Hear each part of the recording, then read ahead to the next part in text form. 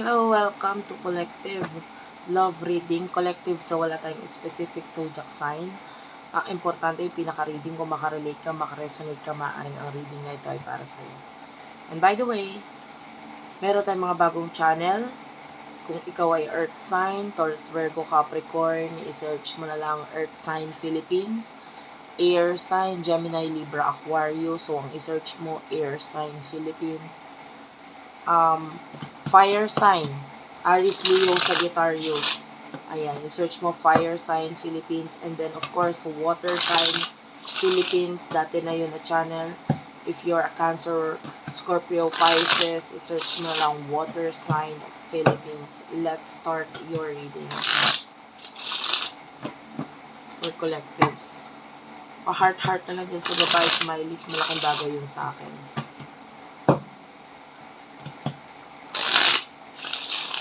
So, shuffle na lang. Okay. Collectives. Four of Spade. Seven of Clover. Ten of Hearts. Three of Hearts.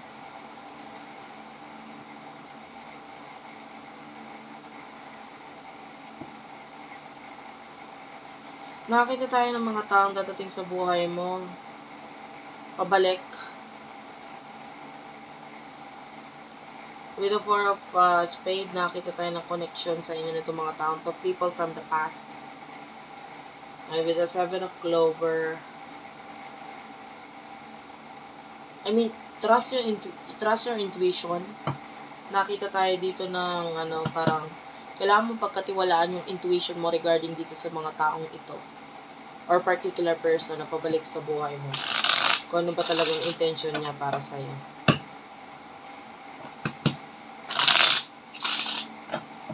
Sino yung kakonect mo pagdating sa love?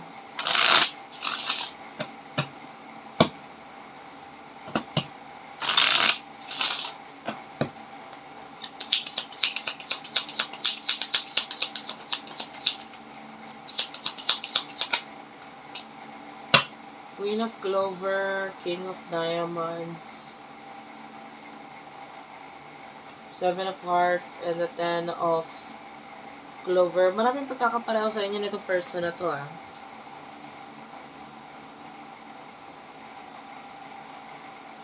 Medyo, siya yung tipo ng tao na nakakapagbigay ng advice sa'yo, especially usaping pera or career. Responsibility. Seven of Hearts. This person currently nagde-daydream siya about you. Lagi kanya iniisip pag mag-isa. Pwedeng may problem sa kanya ngayon na nagiging dahilan para, sa connection ninyo mismo pala. Pwedeng there's an ending in the past. And with the Ace of Hearts, the Nine of Spade, kahit nagkaroon ng problema in the past, mahal ka pa rin niya hanggang ngayon.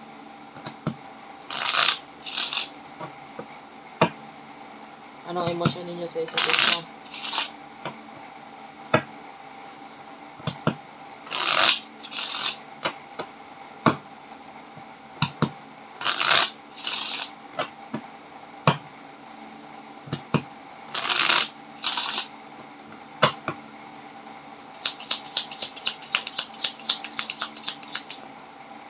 Ace of Hearts, okay, mahal mo pa rin itong taong to kahit nagkaroon ng ending sa inyong dalawa. And with the Four of Clover, pwede may kinalaman sa marriage, etc. Or may marriage na involved sa inyong dalawa. Gusto mo siya financially, nakikita mo na siya yung person na parang okay yung partnership ninyo Parang ganun. And then, sexually, pwedeng iniisip mo rin itong person na to. Yan, pinagpa-fantasize mo siya. Pinagpapantasya mo siya. And because you love the person, gano'n naman talaga yun. Kaya nga tinatawag itong love making, diba? Yung sex. Because, nandun yung love. That's how you show your love. Yung i-explore yung bagay na yun with your loved one is the best feeling ever. Diba? I know sex is sex, pero mas masarap siya or mas masaya siya kung gagawin mo siya sa taong mahal mo. And that's what you're doing right here. Kahit wala man siya, kahit wala man siya physically, spiritually, ayan, naalala mo or iniisip mo ito person. Emotion ng taong ito para sa'yo.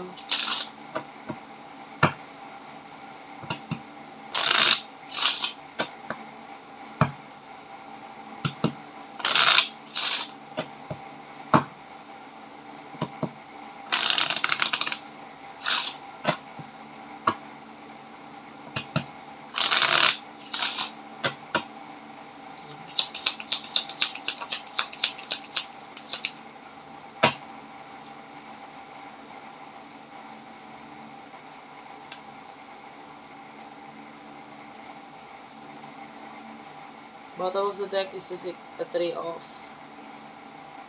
spade.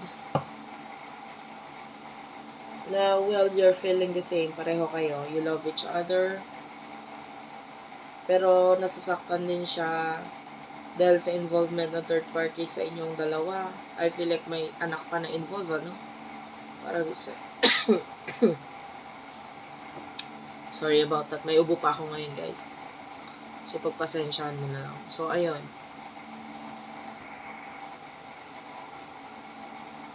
So, mahal ka pa rin na itong person na to.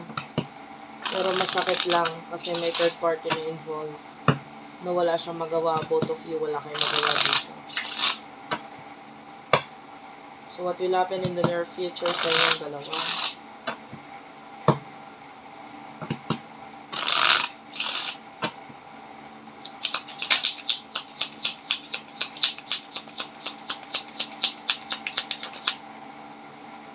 Four of Diamonds is here. Queen of Hearts.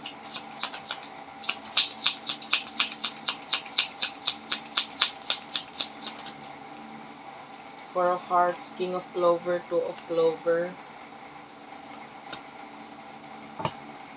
Ace of Spade.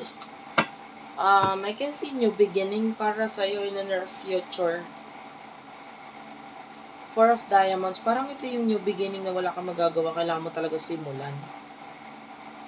The Queen of Hearts,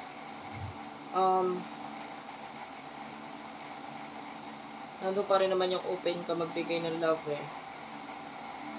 Ever since ikaw naman talaga yung umiintindi, and in the future, ikaw pa rin yung iintindi sa connection ninyong dalawa nitong person na to. With the Four of Hearts, ayan o, Four of Hearts, Four of Diamonds. Both of you really want each other, nandun pa rin. Napakalalim at napakatibay ng connection na ito, hindi siya basta-basta pwede putulin. Kahit wala kayong ganong connection, pero yung feelings niyo sa isa't isa nandun pa rin. The King of Clover is here and the Two of Clover. Nakita tayo dito ng mga plano regarding business, financial matter, lalo na sa side ng person mo. And, ayan, yun yung focus niya dito. Well, although hindi masyadong sure pa yung connection ninyo, pero itong person na to, unti-unti siyang hindi nagiging sure sa kung ano man yung connection na meron sa kanyang buhay ngayon. Ito yung nagiging dahilan kung bakit ikaw ngayon ang nasa isip niya and minamanifest niya na magkaroon ng another chance sa inyong dalawa. So, thank you for watching. I love you all and bye-bye.